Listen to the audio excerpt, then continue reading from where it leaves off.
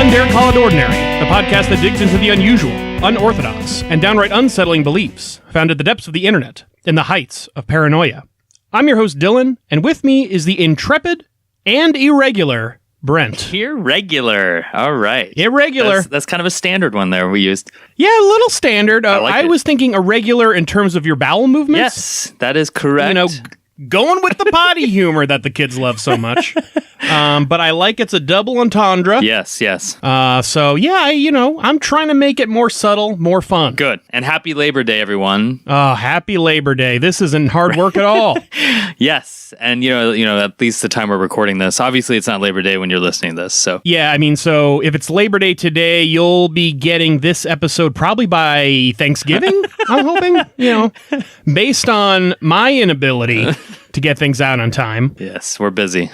And we also have a bit of an unusual one this week. We decided to go for a bit different tack. We're talking about Russia, the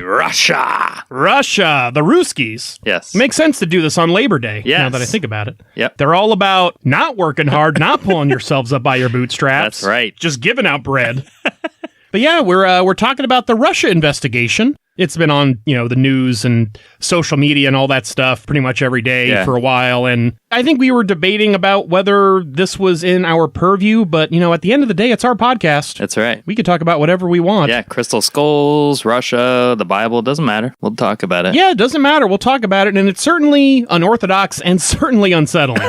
It's true, yes. So it seems, I think, given that, it's perfectly fair. So the Russia investigation, we should say our sources. We got the main source I think we're using is I think PBS NewsHour in particular. Yeah. They put out this gigantic Russia investigation timeline. It's pretty intense. Yeah. It's just a giant spreadsheet. Few other things, New York Times, fake news. They have their own timeline. A bunch of people have these kinds of things, and so we're kind of mixing and matching as we see fit. So where are we beginning this week? Well, this is the first part of this podcast. We're going to talk about the attempted Papadopoulos meeting. Oh, Papadopoulos, Big Papa. Oh yeah. So we're going to start with May 26, 2016. Good day. Yes, good times. This is when Donald Trump clinches the GOP nomination for president. So how is that defined? Is that like when Ted Cruz drops out, or do you know if that was the convention? I don't, probably the convention, I would guess. I'd have to Google that to make sure. But yeah, clinches, that would probably be the convention, right? Where it's like, it's over. It's over. Yeah, it's over. And it was over when he descended down those golden escalators. That's we knew. We knew it took a while to get down. It was kind of slow. It's like, here we go. Yeah, that's why, because he knew how important it was, and he knew how consequential it was. That's why he actually had the escalators slowed down for that event. That's a little known fact. That's pretty good stuff. Oh yeah. So, however, there's another important date to note exactly 30 days prior to April 26, 2016. George Papadopoulos, a member of Trump's foreign policy advisory panel during the 2016 presidential campaign, was informed by Professor Mifsud from London, with ties to the Russian government, that Russians had thousands of emails that would be very damaging for Democratic candidate Hillary Clinton. Yeah, and we should know this was the original information came from Papadopoulos himself when he talked to the FBI. And originally, this Professor Mifsud, I actually don't know if it's 100% known if it was this Mifsud guy, because in the documents it just says the professor. Yeah. But I think eventually we figured out it was this Mifsud guy. I think he is Maltese, when I did this research. If you haven't read the Big Papa court documents, you got to read them. It's pretty great. Like watching the FBI handle a less than formal approach to answering these questions, if I had to put it that way. Because according to the court documents, Papadopoulos lied, unfortunately. And what he said about the professor, he said he was a, quote, a nothing, and, quote, just a guy talking up connections or something. It says that in the documents, and those are in quotes. Yeah. Good stuff. Really throwing this Mifsud guy under the bus. Yeah. This guy's trying to help you out, trying to help you win an election. Oh, he's just some guy, whatever. As if. That's rude. It is. Also, kind of a note, before we go any further, George Papadopoulos is actually younger than both of the hosts of this very podcast. Wow. Yeah, hashtag never too young for treason. That's right, And also, I love it when you call me Big Papa. Put your hands in the air if you're a true player. Oh, that's a good song. I think it's how it's said, too, in the song. Notorious B.I.G. It's good stuff. I watched the video the other day. It's a good one. Good one. He died, I think. He did. He was murdered. He was murdered. Yeah, he was murdered. Terrible. My favorite line, though, is, to all the ladies in the place with style and grace, allow me to lace these lyrical douches in your bushes. That's a real stretch to get that to rhyme. I'm just going to have to say. Like, douches, douches in your bushes. So, just keep that in mind. I like dushes in your bushes. Just pronounce them both wrong. Dushes in your bushes. Oh, God. So, anyway, moving on. Enough of that. Enough of old MTV, whatever that was. MTV Movie Awards or whatever. I forget. What was the name of that? MTV 120 Minutes. Do you remember that? I do. That was the alternative one, though. Yes. I think it was right. Yo MTV Yo Raps. That's was the hip-hop show. Yes, that's correct. Anywho, so on June 1st, 2016, Papadopoulos sends out an email to a high-ranking Trump campaign official, as well as the campaign supervisor regarding a Trump meeting with Russian officials. One of the really annoying things about, again, this comes from the court documents from the FBI, right, is that there are no names attached. Like, literally, high-ranking campaign official is capitalized like it's a proper name. And so is campaign supervisor. I assume that's not their names. I've got to assume those are placeholders. Yeah, I guess. I mean, there is a person called Reality Winner. So that's true. Oh man, Mr. Supervisor, meet Mr. Official. Who knows? That could be their names. Yeah, they could fall in love. They could fall in love. That's true. All right, June 19th, 2016, Papadopoulos writes a high-ranking Trump campaign official that the Russians would meet with him off the record in place of Trump if Trump isn't an option. I really like Papadopoulos. Like, if he can't, I could do it, like really, I mean, he wants to do it. He wants to prove his mettle. That's right. He wants to take all the credit for this, clearly. Exactly. Of course, he throws the professor under the bus as soon as he can. But, he wants to, if Trump can't do it, maybe I could do it.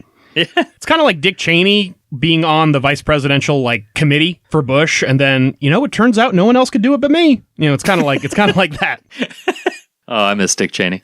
Anyway, good times. Just kidding. So August 15th, 2018, Sam Clovis, Trump's national campaign co-chairman, encourages Papadopoulos to attend an off-record trip to Russia if feasible. If feasible. I want to know what took so long, because it was, it took a couple months. I know, I was thinking that too. It went from June 19th to August 15th. Yeah, and apparently kind of in between those dates, Papadopoulos, he was trying to contact, it was a Russian MFA contact, which I believe is Ministry of Foreign Affairs. Oh, okay. And they were, again, trying to coordinate this meeting. Like, what took them so long? I mean, this is 2018. Oh, no, this is 2016, actually. I think this is a mistake. Yeah, that's a mistake. Wow. Whoa. It only took him 2 years and 2 months. Yeah. That's a long time. But, we've got the internet now. We've got Wi-Fi. I don't know what's... Exactly. I mean, I assume they have... I assume they can afford airfare. It's not, I'll be out there next month, but, waiting for that Spirit Airlines discount to cook in. I think... I don't know what took them so long. Yeah. And what's really sad is Big Papa couldn't do it. With all these months of planning, talking to this MFA contact, he just couldn't get it done. This meeting never took place. Sad, really, to think of what could have been. You going to be here for a while? I'm going to call up my crew. You call your crew. We can rendezvous at the bar around 2. Is that more Notorious B.I.G. lyrics? That's straight from the hit song, I Love It When You Call Me Big Papa. Oh, so okay. Just pepper those right in here throughout this entire... I really know it by heart. Your pop culture knowledge is much better than mine. I feel I feel at a disadvantage here, I have to admit. Well, here we go. September 16th, 2016. This is when Papadopoulos is in London with an FBI informant who had hired him as an academic consultant and was checking on any relationship with the Trump campaign had with Russia. Yeah, I believe this was the quote-unquote spy. Yeah. If I'm not mistaken, because what confused me... Yeah, another person too. I don't want to say yet. We don't want to spoil who it is. Oh, okay. No, don't want to spoil anything. But because there was... because they talk a lot about in the news about the professor. Right. That was the informant. But I don't think he was talking to... Or is that a spoiler? Now I can't even remember. I think when it comes... Yeah, well, I don't want to talk about that yet. Yeah. We'll see, I guess. We'll see. Who knows? Even though it's old news, it's going to be spoiler somehow. All right. Are we... I mean... do we just not know what we're talking about? I think or that might be hiding happening. spoilers. No.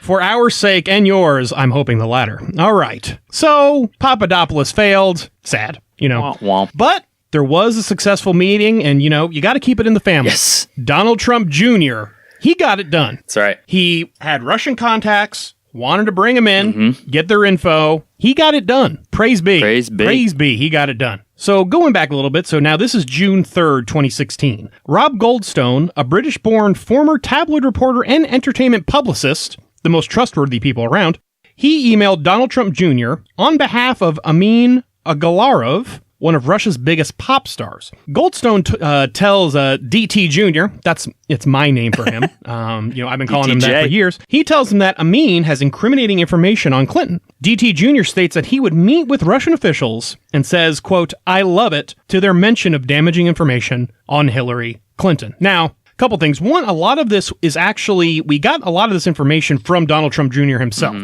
He actually released he released this whole email chain that he had with Rob Goldstone. Right. And I believe the story was somebody had it and was going to release it, and so he decided to release it on his own. So that's the first thing about our source for all this. Second, though, this is all like this huge pop star in Russia. Can you imagine, like, if Putin Jr. got incriminating information on Putin's political enemies from Taylor Swift? That's kind of what this is like. That's what we're at right now. Like, that's the equivalent to what's going on. I mean, Dylan, you actually might be onto something with Taylor Swift, too. I mean, what she knows. I mean, if you just listen to these prophetic lyrics from Taylor Swift's 2014 hit song, Shake It Off, "Cause the player's gonna play, and the hater's gonna hate. Baby, I'm gonna shake. I shake it off. Heartbreaker's gonna break, and the faker's gonna fake. Shit. Oh my God. Yeah. See, so Swift's clearly talking about the enemy of the American people, which is CNN and New York Times, obviously. But don't forget NBC. So, I think NBC's on the list now. Yeah, that's right. They're faking videos. It's terrible. That's true. They're really up in the fake game, though. If you're going to fake news, you better go all out. Go all out. I agree. Yeah. All right, so June 9th, 2016. So already we can see DT Jr. is just moving way faster than, Papadopoulos. He should have been talking to that contact. Yeah. So Natalia V. Veselnitskaya. Yowza. That's a hard one. That's a tough cookie. Natalia V. Veselnitskaya. Nice. A Russian lawyer. Thank you. A Russian lawyer met with Donald Trump Jr. at Trump Tower. So this is the meeting. It happened June 9th. So from June 3rd to June 9th, like that's less than a week. Yeah. Is all it took for this to happen. So really impressive. He's on the ball.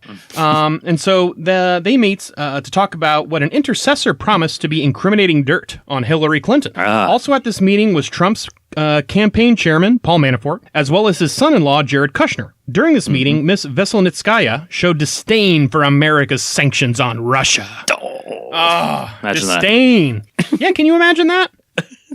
I can. That sounds right. I can believe that. And I believe what's interesting is that they were ostensibly talking about adoption. Mm-hmm. Apparently, adoption is like code word. So it's kind of like their version of Pizzagate, but instead of like pizza being shorthand for having sex with a child, right? Adoption is shorthand for treason. It's very strange. Interesting. They have their own set of codes over there. Okay. That's just how they do things. That's whatever. Huh. All right. So a couple other things happen in June. June's a big month here. June 7th is when Donald Trump, GOP candidate, he announces that he will give a major speech within a few days regarding things that have happened with the Clintons. And notice that this is in between June 3rd and June 9th when the meeting at Trump Tower took place. Yep. Also in June is when some of the other aspects that are being investigated were going on. So this is when like a fishing expedition took place, fishing with a PH. Yeah. A bogus website mimicked a Democratic Congressional Committee fundraising site, and it stole donor information. This is also when fake accounts out of Russia began popping up ads on Facebook. So over the next 2 years, over 3,000 of these ads will be created.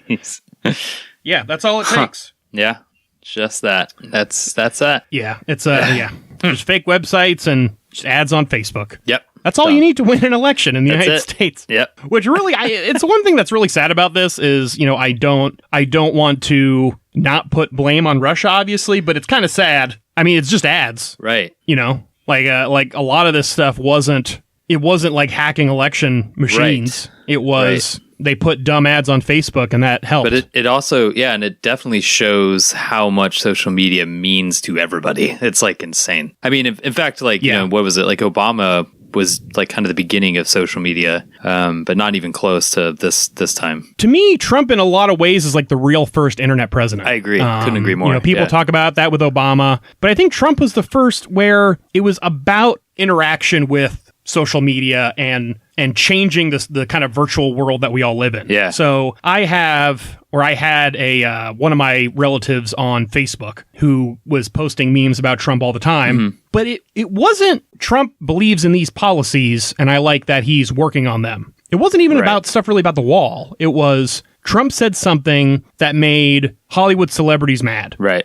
Yeah. You know, it was about his alteration of social media. Yeah. It seems is the attraction of a lot of folks more than anything else. If anything, that's really I feel like the impetus for, you know, why he won. Oh, for sure. And why these ads were so effective in the first place. Yep. Which is fun. It's fun to think about. It is. But now let's talk about art. You know, we've been talking about social media. So June 10th, so this is a day after the Trump Tower meeting, Russian oligarch Aris Agalarov delivers an expensive painting to Trump for his birthday.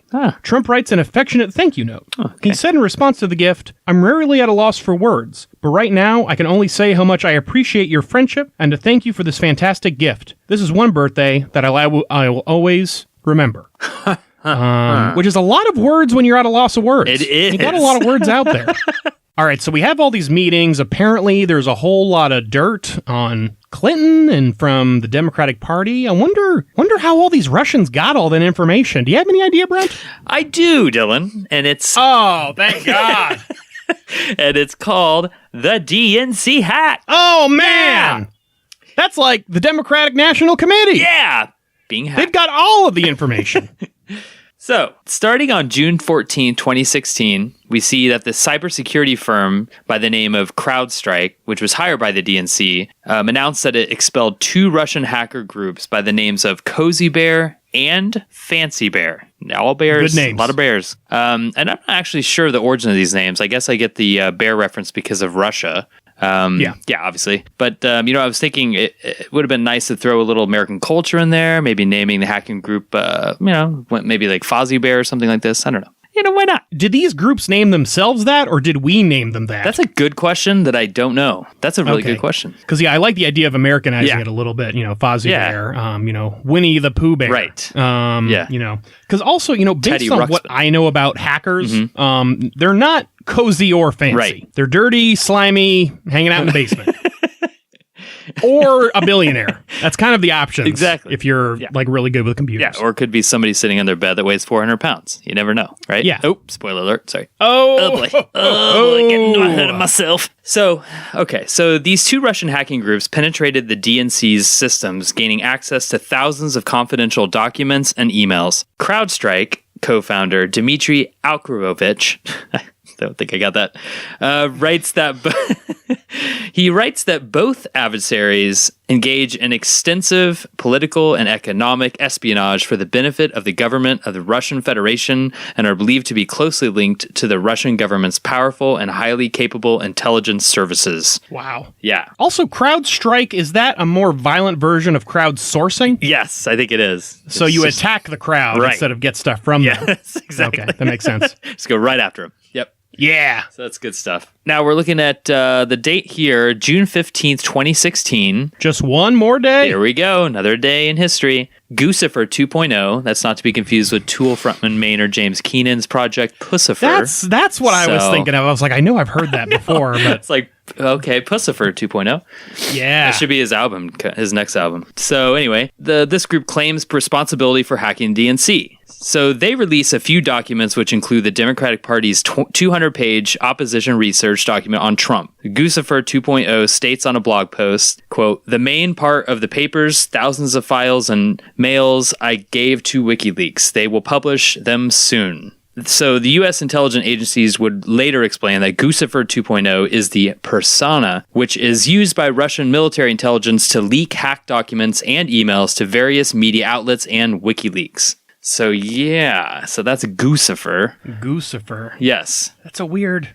I wonder why they chose that name. I don't know. To call themselves. Yeah, that is a weird name. I don't know the... Like, I want to strike fear in the hearts of my enemies via my cyber security attacks. Yeah, and also, we don't hear very much about Goosifer, the first one.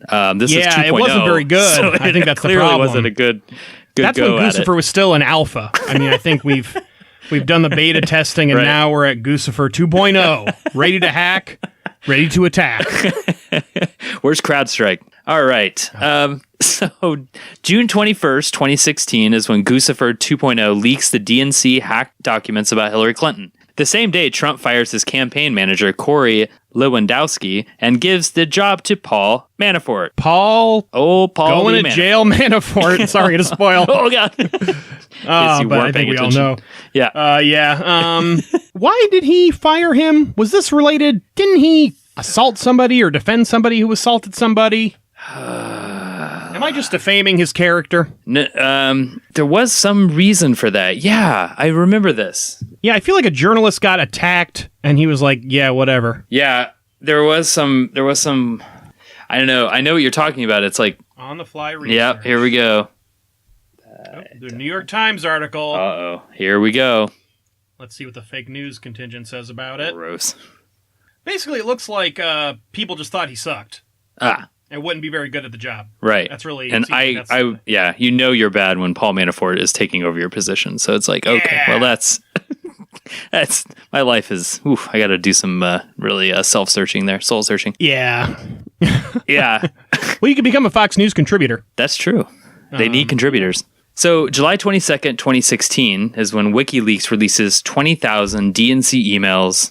So according to its website, WikiLeaks would eventually release more than 44,000 emails with 17,000 attachments and actually 5,000 e-birthday cards. I'm just kidding. That's not. They didn't do that. Oh, that's not. Oh.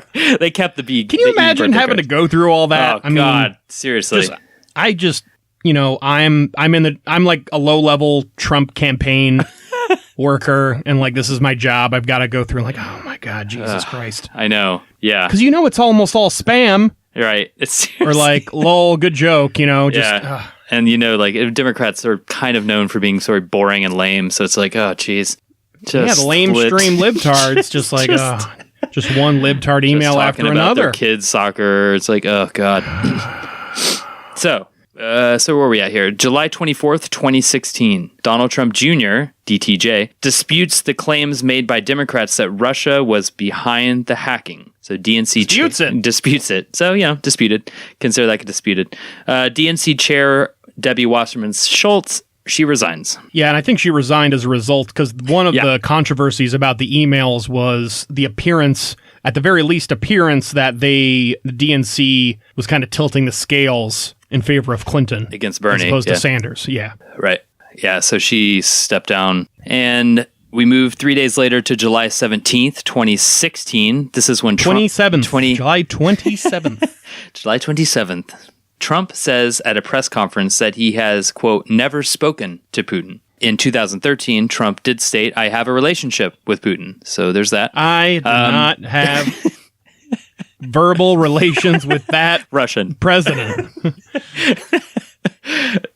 Trump states that he doubts that Russia was responsible for the DNC hack and also says, quote, Russia, if you are listening, I hope you were able to find the 30,000 emails that are missing, end quote. So I'll leave that there. Later, he said that he was just being, quote, sarcastic. So this is going to be really explosive. Yeah. And the analogy I'm about to draw, I don't mean it to be. It's just the first analogy that comes to mind. It's kind of like when like neo-Nazis and white supremacists deny that the Holocaust happened, where it's like, well, but isn't that kind of like what you want? So it's like here, where it's like, I don't think Russia did it, but I hope they put out more. It's kind of a weird mix. I know. Where it's like, no, the Nazis didn't do the Holocaust, but I wish they did. Like, that's like a weird... Right. It's a weird mix. It is a strange mix, yeah. That is weird. Yeah, it's a good way to think about that. And I'm also trying to understand, like, how would you... I mean, he was being sarcastic. I would have thought he would have said I was being, like, making a joke. I guess being sarcastic is kind of an odd thing. I'm just, like, trying to picture the statement. It was like, oh, please, sure. Just try and find out these missing emails. Sure, yeah whatever. Whatever. Like, I don't know. Anyway... Also, on or around the same day, Russian military intelligence officers begin to target email addresses that are associated with Hillary Clinton's personal campaign offices. And a lot of those were phished from that fake website for donors. Yeah. You gotta teach your kids about fishing. That's right. Take your kids fishing, everybody. pH fishing. Don't take them while listening to the band Fish. Oh, well. I think it's the second time we brought a fish in our podcast, which is weird. The band Fish? I'm pretty sure we did, like one of our first podcasts. You don't listen to our podcast over and over? I am not nearly high enough to listen to Fish right now. That band is so bad. Oh, my God. At least I just dislike them, but anywho. I like the idea of, instead of writing really, like, well-crafted albums, we're just going to release everything. And some of it's probably going to be good. Yeah. At some point, it's like the odds are eventually you're going to land on something. It's like 1,000 monkeys with 1,000 typewriters. That's basically how jam bands work. Oh, they do have the one good song. Right. You Enjoy Myself? I like that song a lot. Oh, cool. All right. Check it out. That's our plug for Fish. For the band That Fish. one song is really good.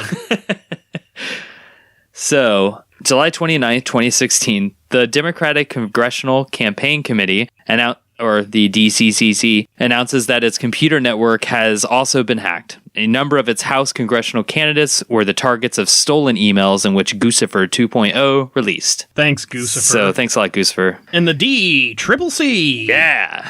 That's what I'm calling it. It's a way better name. That's true. So August, where are we at here in the time frame? So this is a few days later, August 8th, 2016, another informal advisor and longtime friend of Trump, Roger Stone, not to be confused with the fellow Putin admirer, Oliver Stone. Yeah, not related. I don't think they're related. No, I don't think so either. Maybe. I could see them being related. Yes. Yeah. But that's just a coincidence. True. So Roger Stone states during a speech to the Southwest Broward, I would go and say Broward. Yo, Broward, a Republican organization that he had communicated with Assange. Ooh. In quotes.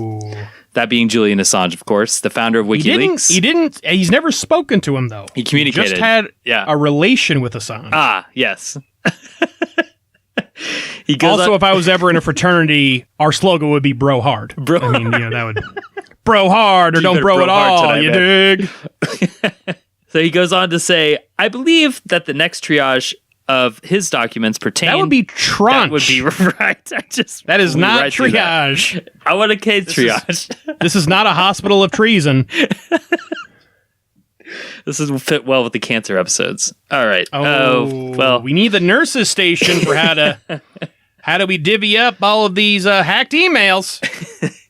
Sorry. He goes on to say, I believe that the next tranche of his documents...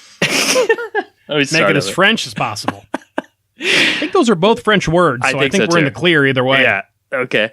So I believe that the next tranche of his documents pertain to the Clinton Foundation, but there's no telling what the October surprise may be. Ooh, yeah. October surprise.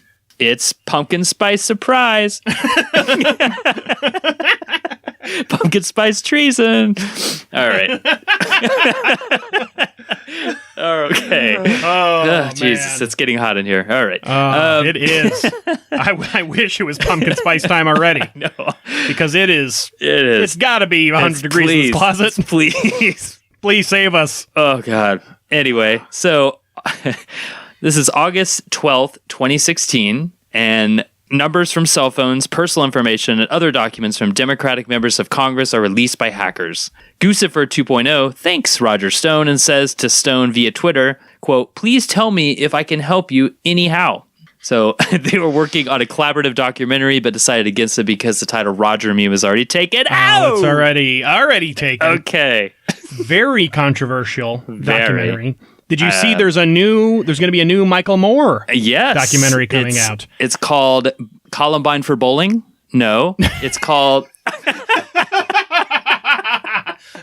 It's 119 Fahrenheit or something, right? It's Fahrenheit 11.9. That's right, sorry. Columbine for bowling. Oh, God. What would that Just be like, the Columbine of bowling? Yeah. Oh, God. I'm assuming just Fahrenheit, whatever it is, what is it? 11.9? Fahrenheit 11.9. It's just Fahrenheit 9/11, just in reverse. I hope so. Yeah. Yep. Maybe it'll make more sense. Oh, yeah. So anyway, we are at September 8th, right? Yep. 2016. Here we go. Big day in history. Trump says in an interview with Russian government-run cable channel RT that it was, quote, probably unlikely that Putin was behind the attacks. So rather, Trump stated, quote, I think maybe the Democrats are putting that out. Who knows? But I think it's pretty unlikely. So later on, at the Commander-in-Chief Forum, Trump states that Putin has been a, quote, a leader far more than President Barack Obama. Far more what? We'll never know. A leader far more blank. Far more blank. Far more choose your own, Mad Lib. Which is probably true given some blank. Right. You know, far more Russian. Far more interested in wrestling bears. Yeah. Yeah, far more named Putin. You know, there's all sorts of examples in there. Yeah, exactly. So what is next? If there's one thing we all know about when it comes to the Russia investigation, it's the Steele dossier. Woo! Oh, boy. People are... Is there any other dossier, really? Oh, the Steele dossier. The one and only, really. That'd be a really good band name. Yeah, it would be. Steele dossier. It sounds like...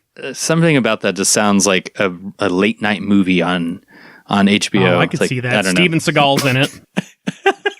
He's, killing innocent civilians. Right. I was thinking like a hair metal band. Yeah. Steele dossier. Singing about ladies or whatever. All right, So let's go back a little bit to the origins of the Steele dossier. June 20th, 2016, a former British intelligence officer named Christopher Steele, which is a really nerdy first name to go with Steele. You got Steele. Yeah. Christopher. It should be Chuck Steele. Jim Steele. Christopher. Be like Timothy Steele. Yeah. So I'm going to say Mr. Steele. Officer Steele it's better. Files his first of 16 memos on Trump's connections with Russia. According to factcheck.org, Fusion GPS, a research firm founded by former Wall Street Journal reporters Glenn R. Simpson and Peter Fritsch, hired Steele as part of an opposition research project paid for by a law firm representing Clinton's campaign and the Democratic National Committee. Nice. This happens all the time. They want dirt on the opponent, and so they hire this dude. Yeah. And he's pretty legit, British intelligence officer, pretty killer. Mm-hmm. So now, skipping ahead a few months, this is the kind of, this part. This is jumping ahead. The Steele dossier doesn't play too much of a role yet in our first episode. Right. So on October 19th, 2016, Christopher Steele writes in his dossier that an insider in the Kremlin told him the importance of Trump lawyer Cohen in the ongoing secret liaison with the Kremlin, and that Cohen's role in this had also increased. Steele also wrote in his dossier that a Kremlin insider told him that Manafort led efforts in a secret Trump campaign relationship with Russians until he was ousted. So where is Manafort? We haven't talked about Manafort too much yet.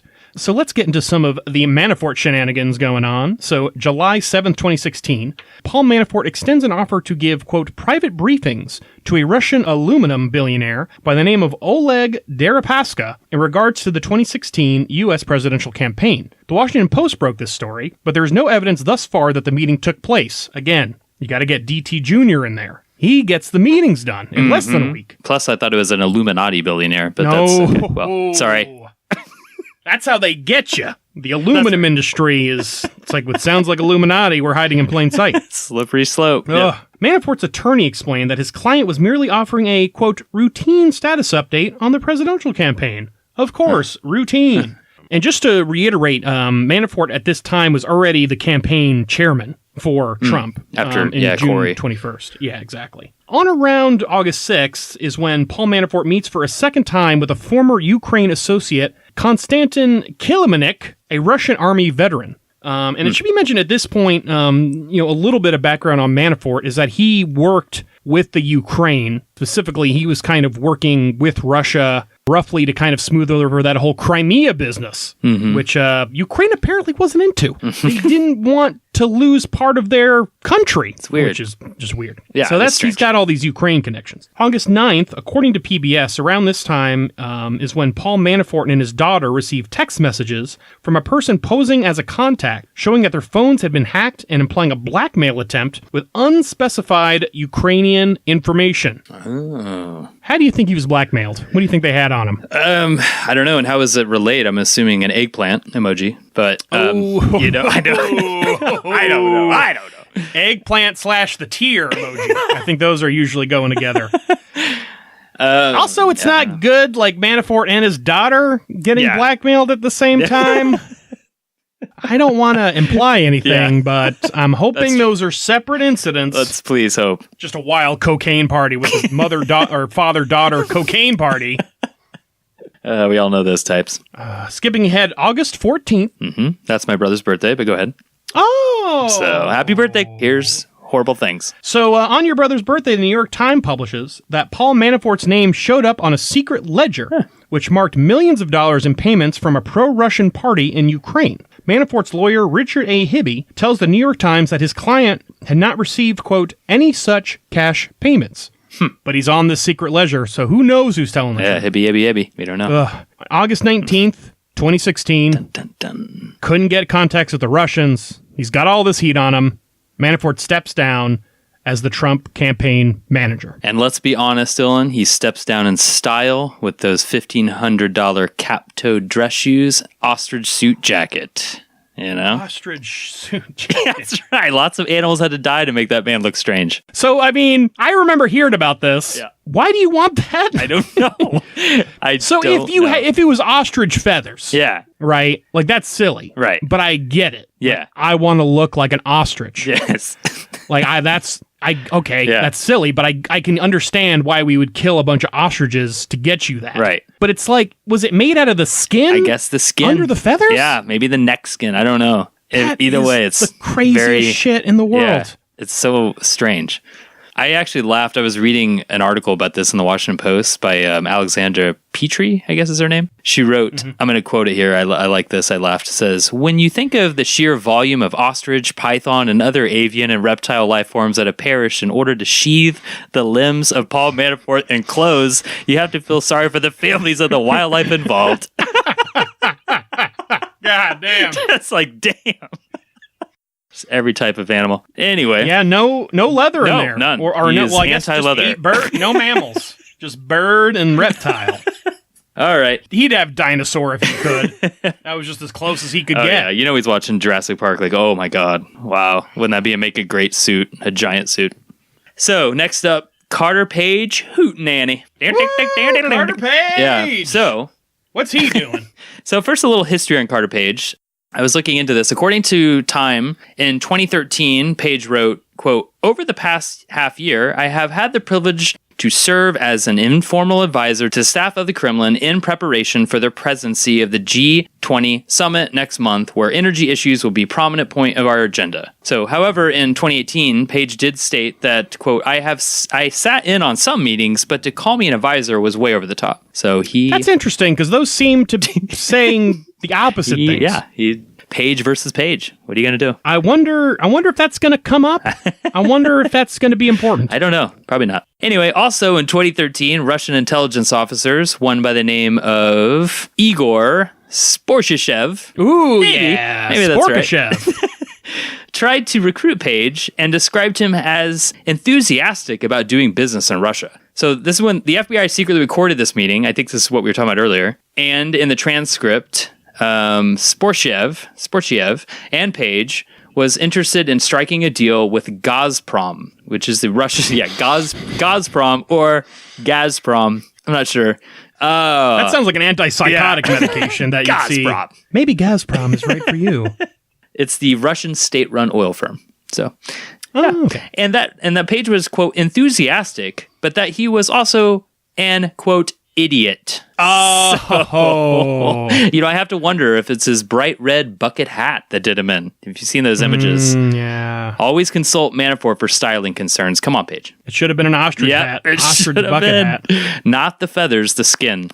July 8th, 2016. Trump Foreign Policy Advisor Carter Page speaks at the commencement ceremony of the New Economics School in Moscow. In the speech, Page was critical of U.S. policy towards Russia. That's weird. That's weird. Yeah. I also one thing about this is that all these folks, they're like foreign policy advisors. Yeah. Like, that's it. Yeah.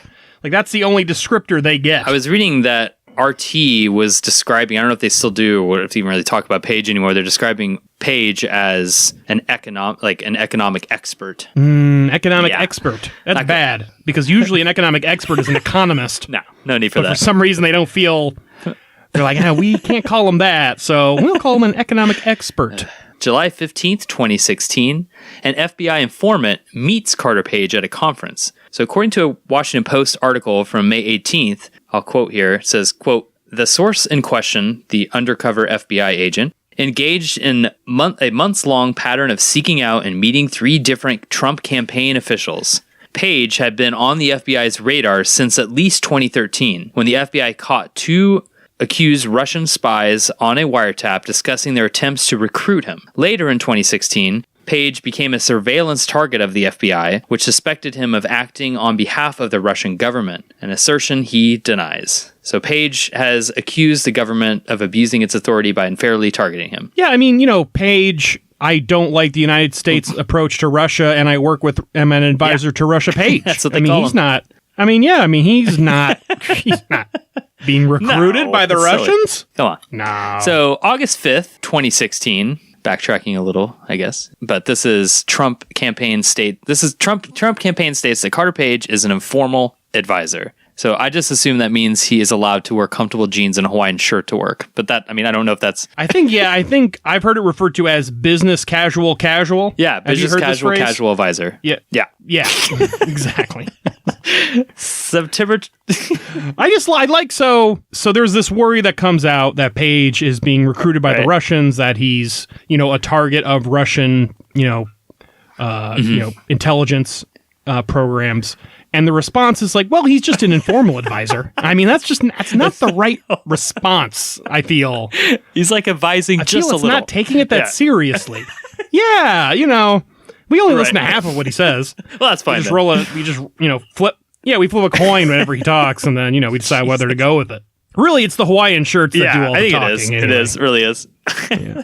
So on September 21st, 2016, Trump says Page made, quote, "no contribution to the campaign." Not even an informal contribution. The bright red bucket hat fails again. Sad. So a day later, September 25th, 2016, Page writes to the FBI saying that he didn't meet with any, quote, "sanctioned Russians." So does that mean he met with unsanctioned Russians? I don't know. Oh, probably, definitely. But yeah, it's just assumed. No big deal then. Just informal Russians. Just informal, unsanctioned Russians. Yeah, he went to the Russia Hawaiian shirt enthusiast committee, and, they had a bunch of chats. September 26, 2016, it's the day that Carter Page leaves Trump's campaign. September 24th, Page made no contribution, and then he leaves on the 26th. So it's just... I know, right? I would hope those announcements happen the same day. This guy's useless. Let's get rid of him. But no, it takes him 2 days afterwards. He's gonna. Hey, you know what? Leave it. Let's leave it to Friday. I don't know if it's a Friday. Let's just let him go out till Friday. Let's let him be useless for 2 more days. Come on. Yeah, that is good managerial advice. Now that I think about it, who knows what Carter Page is gonna do when he gets fired? Let him go home and relax. That's right. He sweat through his Hawaiian shirt. He needs to change. So October 21st, 2016, we'll skip about a month here, the Foreign Intelligence Surveillance Court, known as the FISA Court, approved the FBI monitoring communications of a member of Trump's foreign policy team, Carter Page. Ooh, and I wonder what happened after that. We'll have to wait until the next episode. Yeah. So what's next on the horizon? We've got a few more of these characters to get through before we move on. So now we got Mr. Let's recuse the whole thing off, Jeff Sessions. So July 20th, 2016, Jeff Sessions delivers a speech at Global Partners in Diplomacy, which is an event held during the RNC convention in Cleveland, Ohio. Sounds globalist to me, first off. But anyway, go ahead. Yeah. Well, it's that global in there. Frankly, partner and diplomacy is also a little too globalist for my... Yeah. Let's just get rid of all those words. I agree. National... alone in war. I think... That's where I want my political figures to be talking at. Yes. Unilateral. Stand strong. Sessions has what he described as a, quote, brief encounter with Russian ambassador to the U.S., Sergei Kiselak. Carter Page and other Trump campaign advisors also meet with Kiselak. Sessions makes it sound like he saw a ghost. Quick! Someone call Zach Baggins. Someone needs to make money off of this ghost encounter. Stat! Come on. So also at the RNC convention, a few kind of notable events. First, the Trump campaign helps to soften the GOP platform language regarding Ukraine and Russia. I wonder why. And then July 15th, Trump chooses Mike Pence as vice president. And God smiles. Oh, bigly. Smiled bigly. Okay, a few more characters to introduce. We got Mike Flynn. Of the Flynn effect, but dumber. A dumber version of the Flynn effect. So we got July 15th. Michael Flynn sends out an email. The name of the recipient is not currently known. And the email says, there are a number of things happening and will happen this election via cyber operations by both hacktivists, nation states, and the DNC. A number of things happening and will happen. Real specific. Not happening now, though. Also, hacktivists. Yeah. Come on, hacktivists. I'm not. No. I refuse to use that word. And then August 9th, Michael Flynn signed $600,000 contract to lobby for a firm that is tied to the Turkish government. Wow. We haven't even talked about them. This isn't the Turkish investigation. Who knows how deep Turkey goes? Not the Turkish investigation, so I know. It should be. They're the real culprit. They're the ones doing it all. The Turkish industrial complex. Sounds like a Thanksgiving. Never mind. That's not. Nope. Scratch gobble, that. Gobble, motherfucker. Damn. That's how every Thanksgiving goes in my house. Those exact words. I can only imagine, you being vegan. Oh, God. I have to go home. I'm going home for Thanksgiving. It's going to suck. I'm going to have to bring... I'm like, here, can I bring this tofurkey, which is just like a blob? Can I eat this, guys, next to your turkey? I don't want that in my house. You're already a disappointment. As long as I'll wear my ostrich hat or something, it'll be fine. Oh, that's how you're on. It'll even itself out. Like, hey, I don't eat meat, but I wear a ton of animal stuff. Oh, God. It'll be like the, who was that guy? There was that guy who was like an actor who had a divorce auction. What's that guy's name? Russell Crowe. And it was The Art of Divorce, and it was just a giant auction. I don't know what it had to do with him getting a divorce, but we need to go to the Manafort auction. I mean, they've got to liquidate all his stuff. He's got a lot of money, he owes. God, no so kidding. The IRS doesn't just have an ostrich suit room. They just want that cash. Yeah. So let's buy it. I have a feeling there's going to be an ostrich suit or 20 that are just going to be discount rates. Yeah. Let's get it. All right, so we've got most of the characters. Yes. So let's take a slight break. There's one organization we haven't heard from yet, really. Oh, God. And that's the Deep State. Here it comes. Getting their fingers into all the crevices of our lives, just digging and digging and digging. Yeah. Like our friend digging into his ribcage, but the Deep State fingers. We have, I should mention, we have a friend who I think probably Brent and I got the same conversation about him. He had like a religious experience digging his fingers into his ribcage. Hey, it's a Friday night. Yeah, and he smooshed something around, and now he can breathe better. So America is the ribcage, and the Deep State is just, finger in the ribcage, trying to get things moving. So let's start this. July 25th is when the FBI begins the investigation of the DNC hack. And Trump has an opinion, so Trump tweets, "The new joke in town is that Russia leaked the disastrous DNC emails, which should never have been written, stupid, because Putin likes joke, and it was making all the New York clubs that weekend. It was knocking it out of the park. I assume, because it's kind of grammatically hard to parse, so I assume Russia leaked them because Putin likes me, and they never should have been written, is I assume. Because when I first read it, I thought they never should have been written because Putin likes me, but that doesn't make any sense. It's very, it's a very complicated. It is, like all of them. So the next day, July 26th, according to the U.S. Intelligence community, they have a high confidence of Russian involvement in hacking of the DNC. Then July 31st, the FBI opens a counterintelligence investigation into the Trump campaign's links to Russia after receiving confirmation that Papadopoulos knew... Big Papa knew that Russians attained, quote, dirt on Hillary Clinton in the form of thousands of emails. And so we've basically talked about most of this already. Yeah. But, Trump states that Crimea prefers Russia. The New York Times put out a report on Trump campaign manager Paul Manafort and his business dealings with prominent Ukrainian and Russian tycoons. And so this is when the Deep State starts getting involved in all this shenanigans. Yeah, I prefer the term tycoons over oligarch. Let's keep it at tycoons. Yeah, I prefer titan of industry. I think that should be the official. Yeah. On August 27th, a month later, Senate Democratic leader Harry Reid, whoop whoop, Harry Reid, Nevada, yup, urges the FBI to investigate probable Russian election meddling. Yikes. September 5th, President Obama tells Putin to stop hacking. Ouch. Tells them. And then October 11th, he tells them to stop hacking again. So just in case. First was a voicemail, and the second one was just like, all right, I got to call back. Yeah, definitely got to call back. No one checks their voicemail. That's true. That's probably a text. Yeah, the first one was probably a Facebook message. And then the second was like, all right, better elevate this to text. Yeah, that's right. And then maybe a strongly worded email would have followed. And one thing we should mention, like while, the investigation's going on, the Harry Reid and Obama are trying to, get involved in all this, investigation stuff. On August 21st, Roger Stone tweets, "Trust me, it will soon the Podesta's time in the barrel." Is that a direct quote? I don't know. Is Roger Stone dumb or are we dumb? So the quote we have written is, "Trust me, it will soon the Podesta's time in the barrel." I assume it should be, "It will soon be Podesta's time in the barrel," but I don't want to editorialize. If that's what Roger Stone tweeted... I'm looking it up. Fact check. As we go. Get the facts, not the alternative facts. Yeah, it says... Oh, yeah, I'm pretty sure that was directly from... That's a direct... So it's his fault. Yeah, it is. We're reporting it correctly. Trust me, it will soon the Podesta's time in the barrel. You just got to say it. You got to yell it. And then it's true. Actually, despite the missing word or two in that tweet, I just assumed Stone was talking about Podesta's upcoming dinner at Cracker Barrel. So, if he's missing words, let's do it.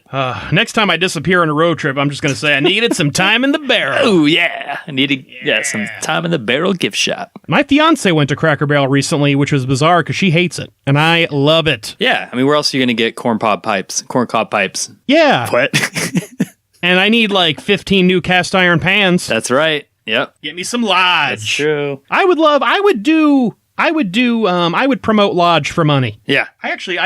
Speaking of that, I just made some delicious fried tofu in my cast iron pan. Nice. Very delicious. Nice. I just did that today. The secret is cornstarch. Oh, so you battered it. I just did a non-battered one myself earlier. Oh, no, you got to do, it's not even a batter. It's just a powdering. Yeah, I guess I should say. Yeah, nice. And it was delicious. Cast iron, got to be very well seasoned or it will stick. August 22nd, 565 AD, St. Columba reports seeing monster in Loch Ness. Oh, I'm sorry. Oops, wrong. That's the wrong calendar I'm looking at here. Yeah, we got That's actually the wrong episode. Calendar here. Yeah, we're just... Yep, if you're interested in this, you may want to check out our None Dare Call Ordinary episode 7, titled News Part 1, and they came out and went into the swine. And that's our, that was an ad here of our own podcast in the middle of this podcast. Yeah, we're trying a new advertising strategy where we advertise our own on the podcast you already know about. That's our new strategy. We want the people who know about it to know about it more. The more they know, the better. That's right. You better really know about it. Like, really, really know. Really, really know. Okay, so in August and September, so before the first debate, we have to kind of mention two more folks. And I think Brent has some things to say. I do. About Michael Cohen and DT Jr. He's back in there. So, on August 27, 2016, according to McClatchy, there is evidence Trump's lawyer, Michael Cohen, went to Prague via Germany around this time. So, the Steele dossier states that this was to secretly meet with Russians. Cohen has reportedly insisted that he was never in Prague. That's right. So while not in Prague, Cohen accidentally grabs the wrong secret dossier at a fancy dinner, mistakes Corey Lewandowski for an FBI agent who's out to kill him, then falls down a Manafort manhole named after Manafort by Russian street sign namers in honor of his loyalty to the oligarchs. The Cohen brothers present the big Lewandowski. I had to do it. Bravo! Yes. Actually, Coen Brothers really could make a movie of this whole thing. They really could. It'd probably be really good. So, more on DTJ, woo, a.k.a. the Good Son. So, what was he up to in September? September 20th, 2016, Donald Trump Jr. receives private direct messages from the official WikiLeaks Twitter account stating, quote, a PAC-run anti-Trump site called PutinTrump.org is about to launch. Really on the nose. I know. .org is about to launch. The PAC is a recycle pro-Iraq war PAC. So we have guessed the password. It is, quote, Putin Trump. So man, I'm still quoting. I know it's not good that we're getting hacked by foreign companies, but come on. Is this really even hacking? I know, seriously. And the rest of the quote says, see the about for who is behind it. Any comments? So Donald Trump Jr. responds a day later with, quote, off the record, I don't know who that is, but I'll ask around. I would have went with the password, quote, Ivanka, but that would have been my second guess, I guess, for the Putin. Yeah, but under case I, though. Yeah. Yes. These folks aren't capitalizing. Or maybe all in caps. Okay, yeah, that's acceptable. So Trump Jr. and WikiLeaks corresponded from September 20th, 2016 to July 11th, 2017. The U.S. intelligence community has said that this contact was used by Russia as part of its influence campaign to help elect Trump. And there's nothing more secure than the Twitter DM. That's true. Yep. That's where all my most, sensitive information communiques go. Yes. I have only used Twitter DM a few times, and I hate it because if you hit the return key to make a space or something, like if you're writing, I don't know why you would be, but I was apparently writing a couple paragraphs and I hit return. It's like, boom, send. I was like, no, like that was not completed. I do that all the time. Because when I send text, it's the same thing. Yes. It's like, man, I'm trying to organize my thoughts over here. Not just trying to send them one at a time. Yes. So I'm sending 15 texts in 30 seconds. So I guess I'll talk one more thing here about the first debate and beyond. This is the first debate we're up to now. It's September 26th. Yeah, so this is kind 26th. of... So far, this has been mostly background. Yeah. Like, this is like a lot of the background. We wanted to get all the players kind of between Trump clinching the nomination and the first debate. Yes. There's a lot to go through, but yeah, it's basically the main characters that we're going to be talking about, throughout the next few episodes. Yeah. So on that date, during the first presidential debate, Trump says, quote, I don't think anybody knows it was Russia that broke into the DNC. She's, Clinton, saying Russia, Russia, Russia. But I don't, maybe it was. I mean, it could be Russia, but it could also be China. It could also be lots of other people. It also could be somebody sitting on their bed that weighs 4,000 pounds, okay? Sorry, I should have said spoiler alert from earlier. I think I did say that. You did. I did. You did. That's called foreshadowing. You did it very well. I do enjoy Trump utilizing the very up-to-date reference of the Brady Bunch, though. The Marsha, Marsha, Marsha.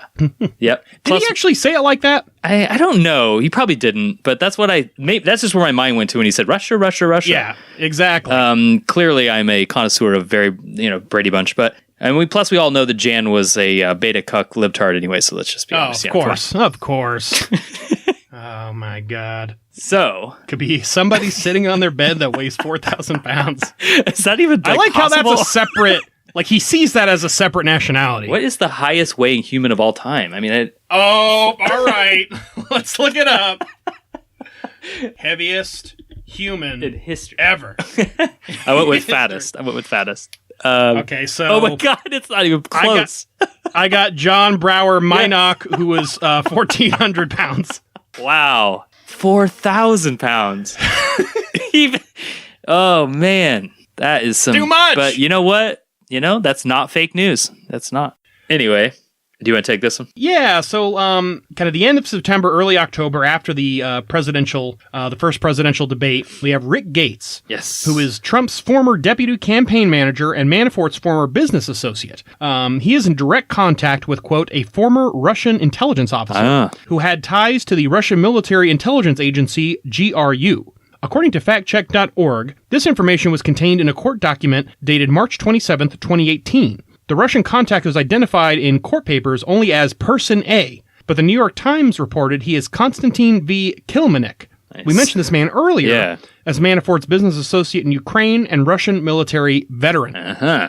All right, let's move into October, and let's move into a little bit more about WikiLeaks and some Roger Stone chicanery. Mm-hmm. So on October 1st, sobriety date, Roger Stone tweets, quote, Wednesday at Hillary Clinton is done, hashtag WikiLeaks. God, talk about people not giving spoiler alert warnings. Jesus Christ, Roger. Yeah, come on. He's too excited. Yeah. And then Roger Stone, on October 3rd, Roger Stone indicates more is coming from WikiLeaks and also tweets, quote, I have total confidence that WikiLeaks and my hero, Julian Assange, will educate the American people soon, hashtag lock her up. Huh. Trump Jr. also writes to WikiLeaks on Twitter, what's behind this Wednesday leak I keep reading about? WikiLeaks doesn't respond, at least not on Twitter. But strangely on MySpace. Oh, that's how they do it. Never mind. Oh, man. Come on. We all know that Tom is really Q, so I don't know what that's to do with anything. Like the QAnon people. Yes, thank you. So, something else happened October 7th, the Access Hollywood tape from September 2005, in which Trump was speaking to Billy Bush. Oh, Billy Bush. Gets released, and this is what Trump says. And I quote, yeah, that's her. With the gold. I better use some Tic Tacs just in case I start kissing her. You know, I'm automatically attracted to beautiful. I just start kissing them. It's like a magnet. Just kiss. I don't even wait. And when you're a star, they let you do it. You can do anything. Grab him by the pussy. You can do anything. What? Oh, man. I want to have, like, what's his name read that? What's the famous narrator that narrates everything beautifully? Morgan Freeman should really just narrate that. It was beautiful. Oh, God. That made me laugh. All right. And actually, this portion is brought to you by Tic Tacs. So, their unofficial sponsor, apparently. The cherry cola flavor is actually delicious, so I do want to tell everybody that. It's very good and addicting. I think I haven't had a Tic Tac in a decade. Yeah. It's been a long time. They're not even the same anymore. It's like Tic Tac gum. It's like Fruity Pebble. Like, it's just, it's Jesus just, Christ. It's not even, I thought they were just supposed to be like breath mints, but it used apparently to be the now white one, the green one, and the orange one. That's it. That was it. Damn it. God damn it, Tic Tacs. It also just seems the skeeziest, like, mint. I don't know. There's something about Tic Tacs which just makes this. Like, if you had just said, I better have a mint ready. I better chew some, Big League Chew. I don't know. Something about the Tic Tac I don't like. Yeah, I agree. So then, but what's most interesting, so, obviously awful, obviously also, hilarious in an awful way. Yeah. But it's also really good timing, because an hour after this story came out, WikiLeaks posts Clinton campaign chairman John Podesta's emails, which is crazy timing. Yeah. So factcheck.org states, quote, the Department of Homeland Security and Office of the Director of National Intelligence issue a joint statement saying that the U.S. intelligence community is, quote, confident that hacks into the email systems of the Democratic Party and its officials were directed by the Russian government. Dun, dun, dun. Smokescreen, it was the Turks. Yes. The Turks are behind this. They're also behind that cherry cola Tic Tac bullshit. I know. But now we got a second presidential debate to worry about. So, on October 9th, 2016, at the second presidential debate, Hillary Clinton states that, quote, our intelligence community just came out and said in the last few days that the Kremlin, meaning Putin and the Russian government, are directing the attacks to influence our election. Trump responds with, I notice anytime anything wrong happens, they like to say, the Russians. She doesn't know it's the Russians doing the hacking. Maybe there is no hacking. But they also blame Russia. Trump also denies again that he knows Putin. Lock her up! Lock her up! Woo, I'm pumped! I like it. It's like, I do enjoy the part where he says, or is it, it's like, maybe there is no hacking. Like, I really like that too. Not even maybe happening. John Podesta, like, all the quote unquote pizza he's been eating, he just goes AWOL and just sends all these emails out. So, we have more WikiLeaks stuff. Let's get into it. October 10th, 2016, Trump says at a rally in Wilkes-Barre, Pennsylvania, quote, this just came out. WikiLeaks. I love WikiLeaks. Yay! Wilkes-Barre, Pennsylvania. Yay! And the crowd goes wild. Woo! It sounds like if I was a neo-Confederate and I owned a bar and grill, I would call it Wilkes-Barre. you know? Yeah, lots of like Civil War reenactors, are your patrons. Yeah, there's like a tip stovetop hat, but there's a hole in it, that kind of thing. Maybe like a cuckoo clock that's made out of a stovetop, and like the bird comes out of the hole in the hat. But instead of a cuckoo bird, it's a cuckoo bullet. So basically just a Cracker Barrel gift shop is what you're talking about here. Yeah, no, do not maline the name of the Cracker Barrel. They're a fine institution. That's true. I like Cracker Barrel. I'm getting hungry. I know. So, October 11th, the next day, Trump tweets, "I hope people are looking at the disgraceful behavior of Hillary Clinton as exposed by WikiLeaks. She is unfit to run." Yeah, those pantsuits, very uncomfortable. So Roger Stone claims that he has back channel to WikiLeaks founder Julian Assange. In a direct message to Donald Trump Jr. via Twitter, why are WikiLeaks these people says, talking to each other via Twitter? I know. Jesus Christ. I know. They're more like computer sophisticated than I am. I know. Send a text. Please. Use Snapchat. All right. So, hey, Donald, great to see you and your dad talking about our publications. Strongly suggest that your dad tweets this link if he mentions us. And they give the URL wlsearch.tk. Yeah, hackers love those goofy ass. I love it. They can't do .com. They're too sophisticated. Right. .tk. Yeah. So you guys can get all your followers digging through the content. There's many great stories the press are missing, and we're sure some of your followers will find it. The great stories, and like it's just a bunch of shitty ass emails. I know. Hey, did you order the chicken wings? Yeah. No, it wasn't me. God. And these, say what you want about Trump supporters, they are diligent. Yes. Looking through these shitty emails. Yes. October 13th, 2016 is when RT foreshadows Podesta's email leak.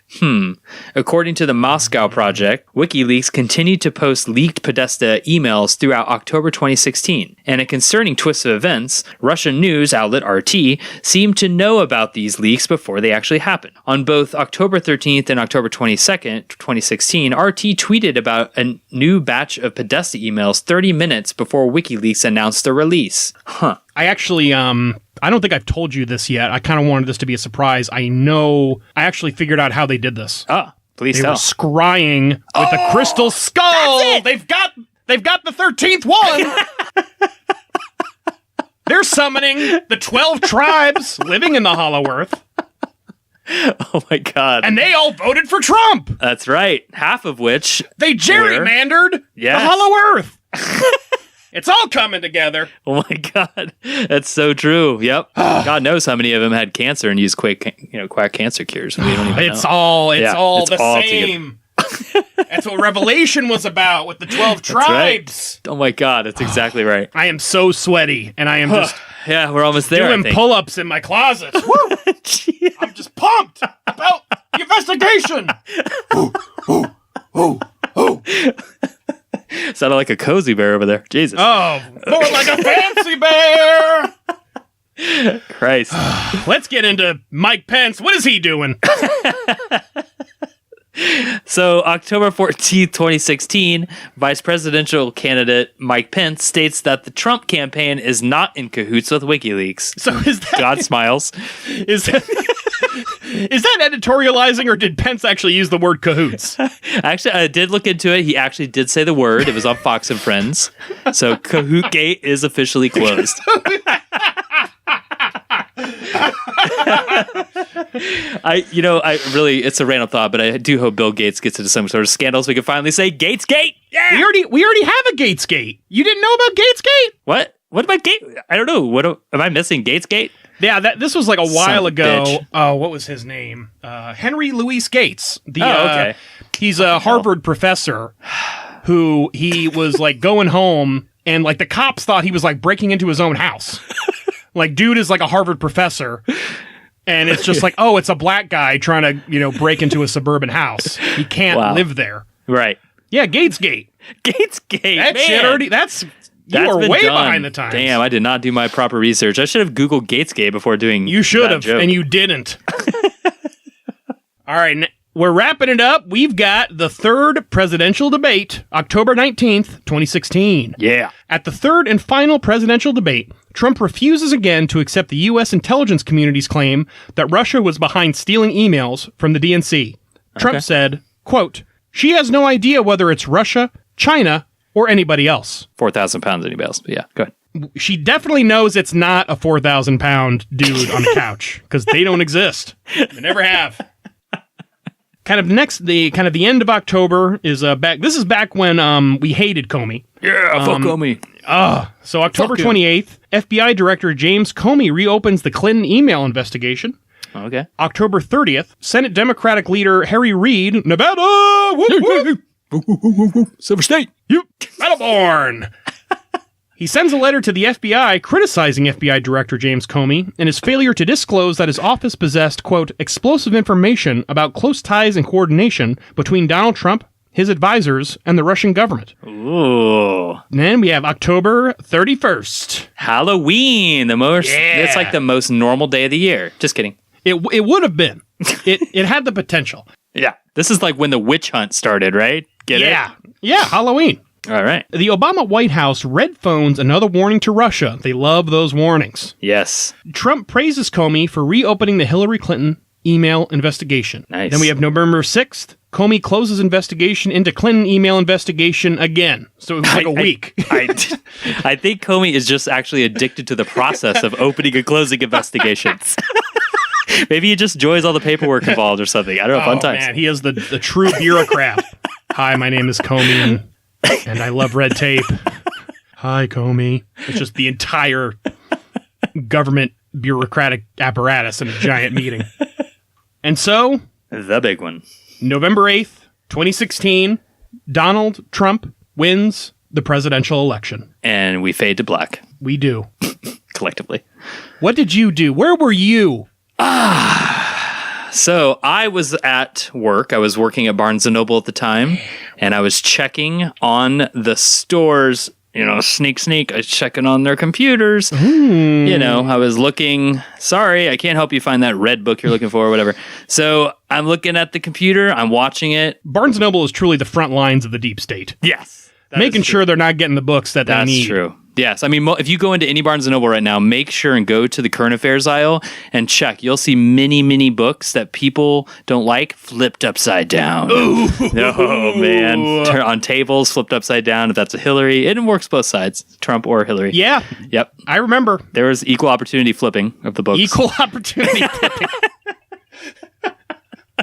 What about you? Where were you at? Do you remember? I was at a election party that I was holding. Ah. Yep, I take it seriously. Yep, I love watching it. I did not ask off. I clearly didn't. I remember we at one point went out to the store to get more party accoutrements. Yes. And I remember because 538 had the sliding kind of prediction scale on their website, and that was kind of when it started. Yeah. That was kind of the beginning of the end, so to speak, because it started fairly positive. Yeah, it did. I remember that. Yep. And then I got weak-kneed and got a little nauseous.